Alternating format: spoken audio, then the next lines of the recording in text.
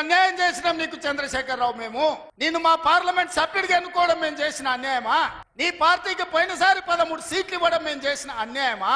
ఏం అన్యాయం చేసినామని ఇవాళ మా జిల్లాల ప్రాజెక్టులను అంటుకుంటున్నాం. ప్రజల స్వేదంతో నిర్మించిన ప్రగతి భవన్ అధికారిక కార్యాలయానికి వైఎస్ కొడుకు జగన్మోహన్ రెడ్డిని పిలిపించి పంచపక్ష ప్రమాణాలు పెట్టి 6 గంటలు చర్చించి రాయలసీమ ఎత్తిపోతల పథకం రచించింది నువ్వు కాదా? ఇది ద్రోహం కాదా? ఆనాడు రాజశేఖర రెడ్డితో కలిసి పోతిరెడ్డిపాడు ద్వారా కృష్ణానది జలాలను సీమకు తరలించకపోతుంటే హారతిచ్చింది నువ్వు కాదా?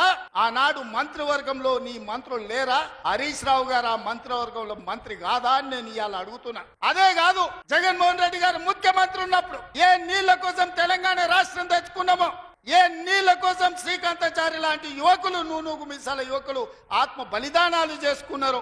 ఆ బలిదానాలతో సాధించుకున్న తెలంగాణలో కృష్ణానది జలాలు రంగారెడ్డి, మహబూబ్ నగర్, అదే విధంగా నల్గొండ, ఖమ్మం జిల్లాలకు ప్రాజెక్టులకు భూములకు పారాల్సిన నీళ్లు రాయలసీమ జిల్లాలకు తరలించకపోతుంటే రాయలసీమ లిఫ్ట్ ఇరిగేషన్, అదే విధంగా ముచ్చుమర్రి లిఫ్ట్ ఇరిగేషన్ నిర్మించుకుంటుంటే ఒక్క రోజైనా నువ్వు అడ్డుకున్నావా?